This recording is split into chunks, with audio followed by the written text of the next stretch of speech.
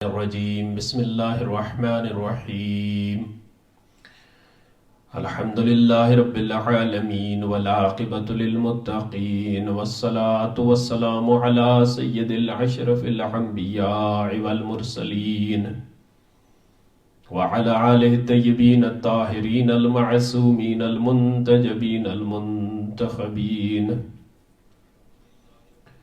اما بعد فقد قال الله تعالى في كتابه المجيد والفرقانه الحميد وقوله الحق وهو أصدق الصادقين بسم الله الرحمن الرحيم شهر رمضان الذي ينزل فيه القرآن هدى للناس وبينات من الهدى والفرقان.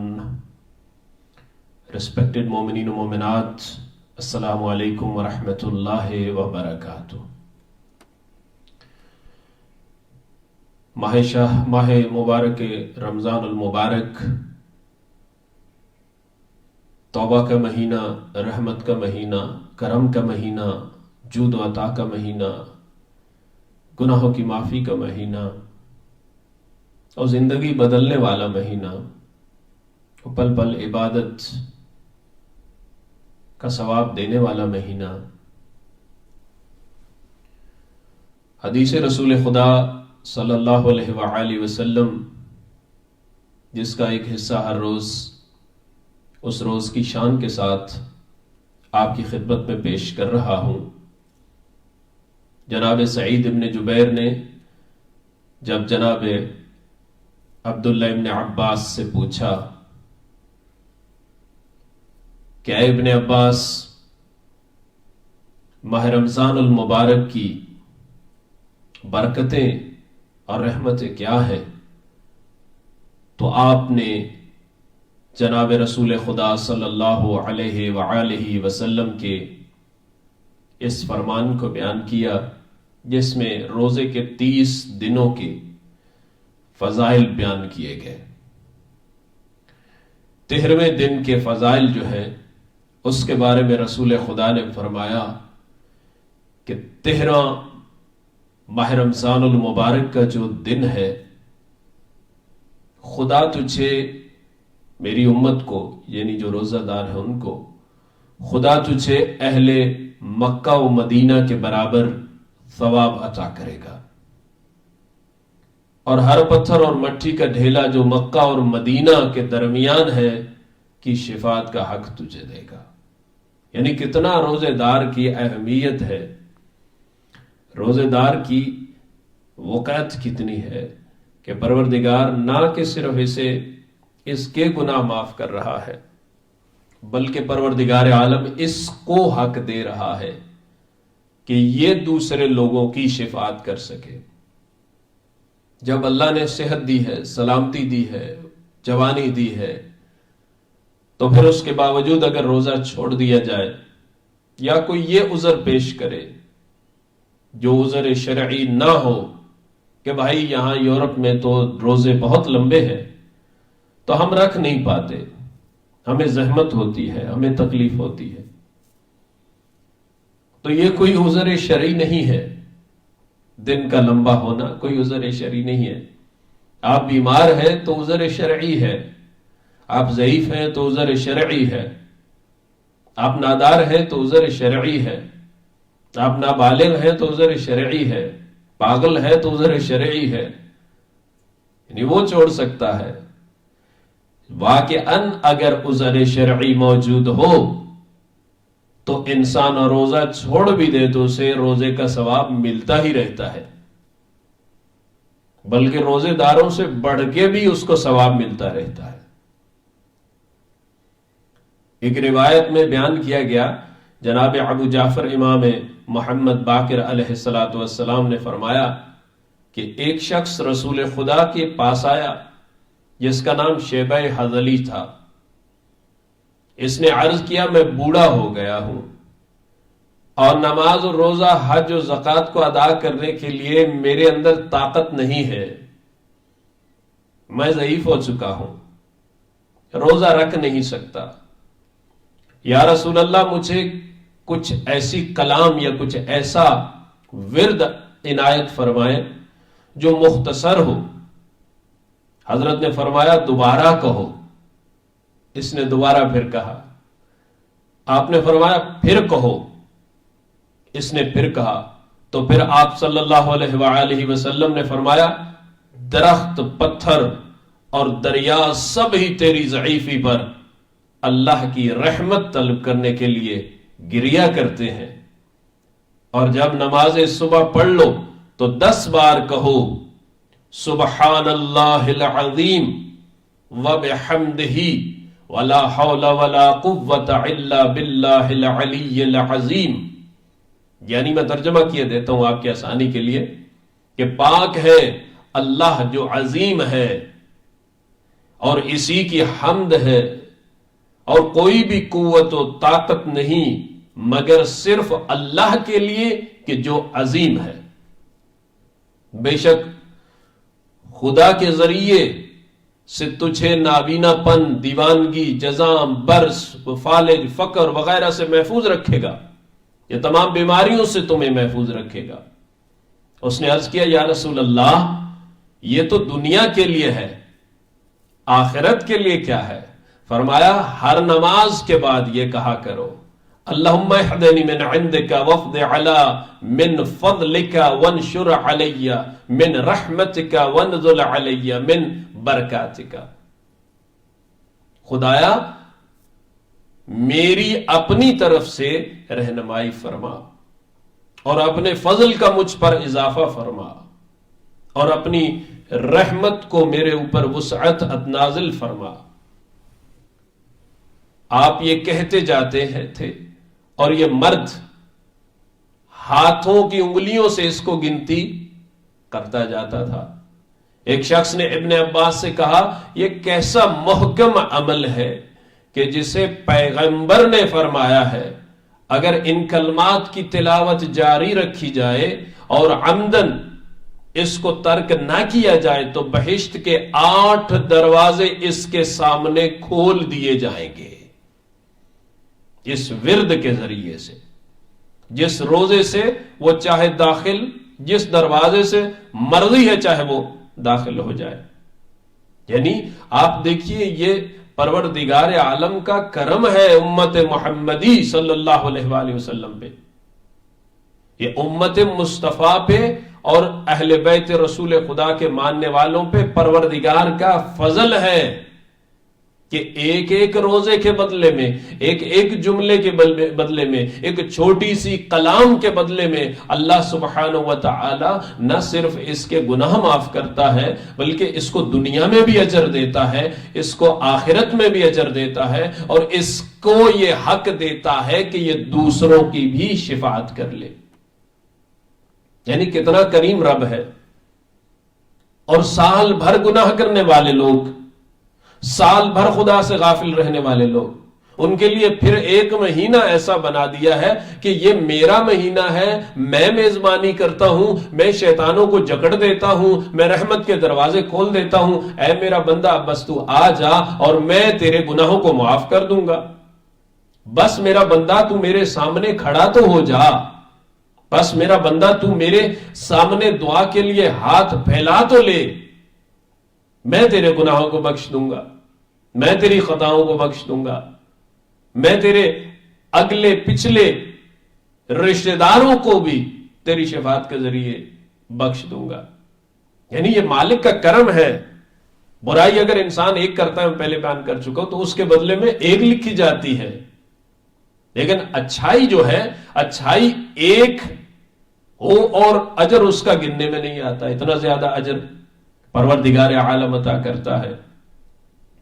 امام صادق آل محمد علیہ السلام نے فرمایا جو کوئی اپنے روزے کو اچھی بات یا اچھے عمل سے ختم کرے گا تو خدا اس کے روزے کو قبول فرمائے گا. ان سے عرض کیا گیا یبن رسول اللہ گفتار صالح کیا ہے؟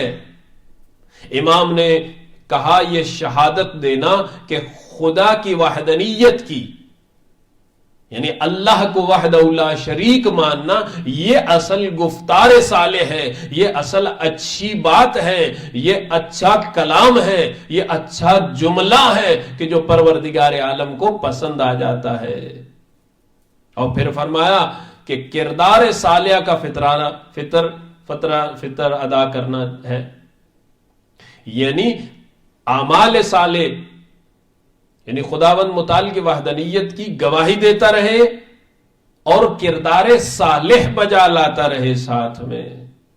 یہ ہے اصل اچھا عمل، یہ ہے اصل اچھی بات، یعنی بولے بھی اچھا اور کرے بھی اچھا۔ سب سے اچھا بولنا کیا ہے؟ خداوند متعال کی وحدانیت کی گواہی دینا ہے، یہ ہے۔ پھر امام صادق علیہ السلام سے جب پوچھا گیا تو امام علیہ السلام نے فرمایا، جو کوئی ہمیں اپنی مجالس میں عیبدار کرے، یعنی ہم پر انگلی اٹھائے اہل بیت محمد علیہ السلام پر، یا ہمارے دشمن کی تعریف کرے جس مجلس میں، جس محفل میں، یا ہم سے قطع شدہ کو ہمارے ساتھ جوڑے، یعنی جو ہمارے لیے نہیں ہے وہ ہمارے ساتھ اس کو جوڑ دے، یعنی مرضی نہیں ہے آل محمد کے فضائل بیان کرنے میں بھی ہماری مرضی نہیں ہے، مسائل بیان کرنے میں بھی ہماری مرضی نہیں ہے، مقام بیان کرنے میں ہماری مرضی نہیں ہے۔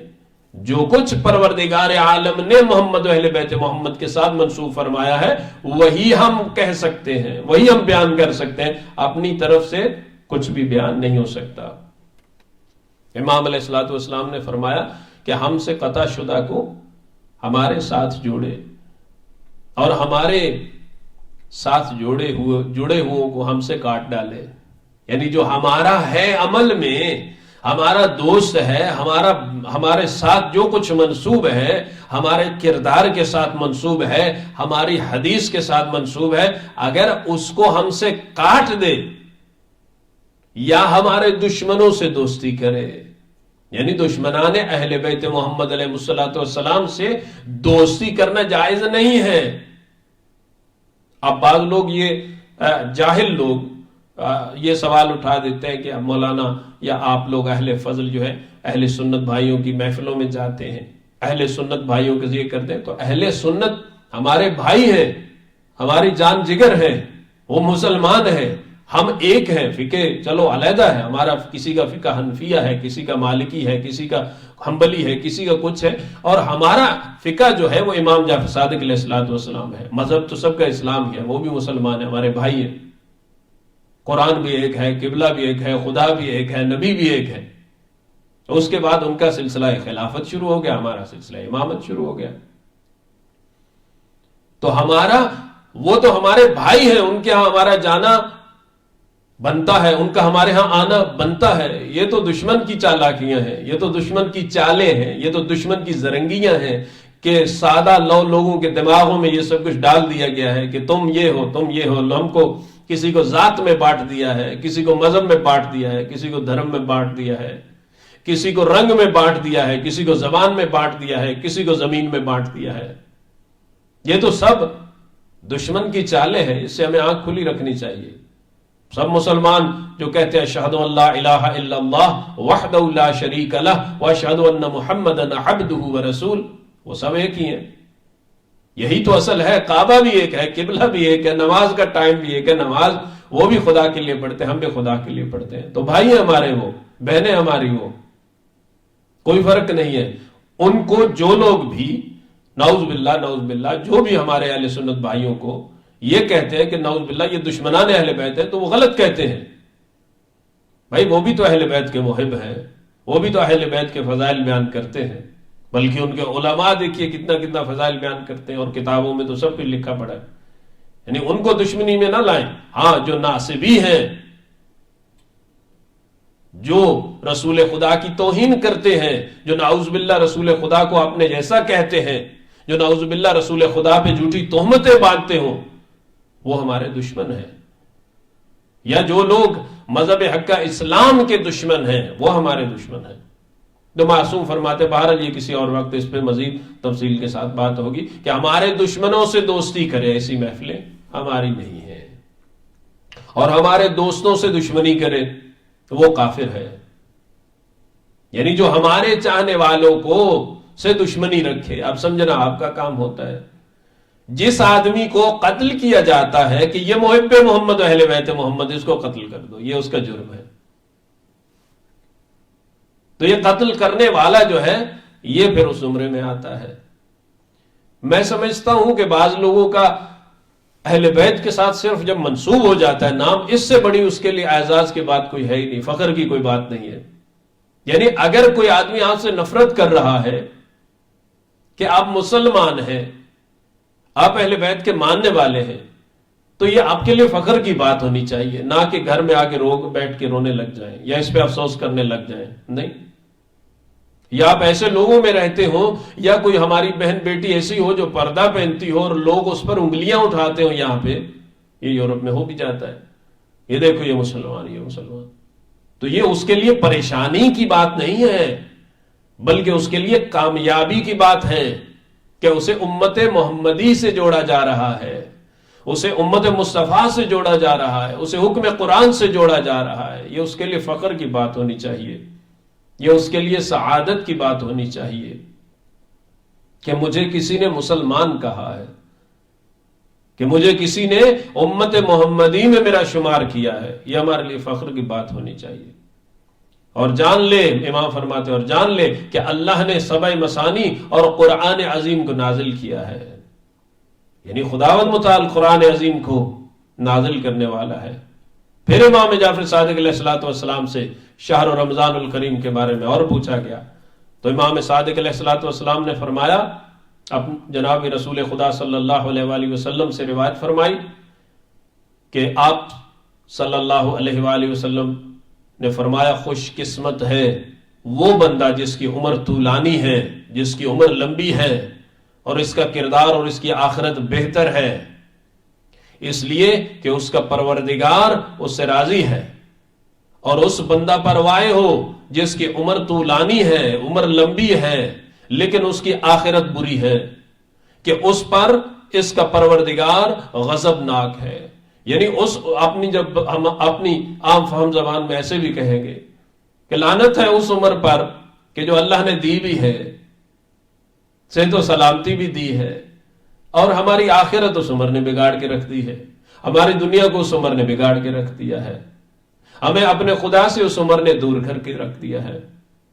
تو ایسی عمر جو ہے اس پہ حیف ہو، اس پہ وائے ہو، لیکن وہ عمر جو لمبی تو ہو لیکن اطاعت محمد و اہل بیت محمد علیہ السلام میں ہو، پھر ایسی عمر پہ سلام ہے کہ جو اطاعت محمد و اہل بیت محمد علیہ السلام میں ہو، اور جس سے آخرت بن جائے۔ پھر امام جعفر صادق علیہ الصلوۃ والسلام سے ایک اور حدیث، امام نے پھر فرمایا کہ رسول خدا صلی اللہ علیہ وآلہ وسلم نے فرمایا، جس بندے کی جتنی بھی عمر باقی رہتی ہے، اگر وہ احسن طریقے سے اس کو گزارے گا تو اس سے گزشتہ کے بارے میں مواخذہ نہ ہوگا، اگر جتنی عمر اس کی باقی رہتی ہے بد کردار ہوگا، اس کے اول سے لے کر آخر تک کے بارے میں مواخذہ کیا جائے گا۔ یعنی اگر پہلی عمر خراب گزر چکی ہے، یہ آدمی اب توبہ کر رہ گیا ہے اور اس کی توبہ قبول کر لی گئی ہے اور اس کی عمر اچھی گزر رہی ہے، تو اس کی پہلی عمر کے گناہوں کو بھی اللہ معاف کر دیتا ہے۔ لیکن ایک آدمی ساری زندگی پہلے بڑا نیک تھا، پرہیزگار تھا، متقی تھا، سب کچھ کرتا تھا، لیکن اس کی آخری عمر جو ہے وہ بری ہو گئی ہے۔ اسی لیے تو قرآن میں یہ دعا کی تھی جادوگروں نے فرعون کے دربار میں، اللہم افرغ علینا صبرا وثبت اقدامنا وتوفنا المسلمین، پروردگار ہم جب مرے تو مسلمان مرے، یعنی خاتمہ بالایمان ہونا بھی ضروری ہے، خاتمہ بالاسلام ہونا بھی ضروری ہے۔ مرے تب مسلمان ہو، کہیں بھی ایسے ہوتے ہیں ساری زندگی نیک کام کرتے رہتے ہیں لیکن آخری عمر میں جب مرتے ہیں تو کافر ہو کے مر جاتے ہیں۔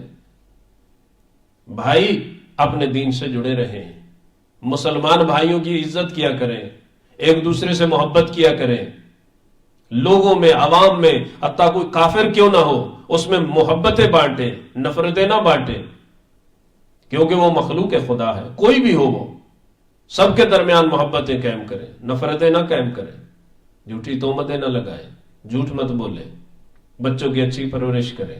شہر رمضان الکریم کے بہترین پیغام یہ ہے، اگر انہیں ہم نے دل تک اتار لیا تو ہماری پچھلی زندگی کے بھی گناہ اللہ معاف کر دے گا. پروردگار عالم سے دعا ہے، مالک تجھے واسطہ محمد و اہل بیت محمد علیہ السلام کا، ہم سب کے صغیرہ و کبیرہ گناہوں کو معاف فرما. یا اللہ ہمارے والدین کے گناہوں کو معاف فرما. یا اللہ ہماری اولاد کو لائق پرہیزگار متقی نیک اور صالح بنا. یا اللہ مذہب حق اسلام کو بلندی اور ترقی عطا فرما. مذہب حق اسلام کے دشمن جو قابل ہدایت ہیں انہیں ہدایت فرما، جو قابل ہدایت نہیں ہیں انہیں نیست و نابود فرما. یا اللہ تمام مؤمنین و مومنات، مسلمین و مسلمات کو آپس میں اتحاد اور اتفاق اور محبت عطا فرما. یا اللہ بحق محمد و اہل بیت محمد جلد ہماری مساجد، امام برگاہ اور عبادت گاہوں کو پھر سے آباد و شاد فرما. یا اللہ ہمیں حق پڑھنے، حق سننے، حق بولنے اور حق پہ عمل کرنے اور حق کا ساتھ دینے کی توفیق عطا فرما. یا اللہ بے روزگار مومنین و مومنات کو روزگار عطا فرما. صاحب روزگاروں کے روزگار میں دن دگنی رات چوگنی برکت اور ترقی عطا فرما. یا اللہ ہم سب پہ اپنے خصوصی رحم و کرم کا نزول فرما. میرا اللہ ہمارے امام، ہمارے وارث، ہمارے آقا صاحب العصر و زمان کے ظہور میں تعجیل فرما. یا اللہ ہم سب کو امام زمانہ علیہ السلام کے انصاروں میں شامل فرما. یا اللہ ہمارے امام کے انصاروں میں ہمیں شامل فرما. یا اللہ ہمارے مرحومین و مرحومات کی بخشش فرما. اور پروردگار یہ امامیہ شاہ نجف پیرس فرانس جہاں سے یہ ہم خدمت دین کر رہے ہیں سب مل کے، پروردگار آل محمد کے واسطے اس کو دن دگنی رات چگنی برکت اور ترقی عطا فرما. اور جو لوگ بھی اس میں کسی بھی قسم کی خدمات انجام دے رہے مالک ان کو اجر کثیر عطا فرما. یا اللہ ہمارے بیماروں کو بیمار کربلا کے صدقہ شفائی کاملہ عاجلہ عطا فرما. اللہم صلی علی محمد و آل محمد. والسلام علیکم ورحمۃ اللہ وبرکاتہ.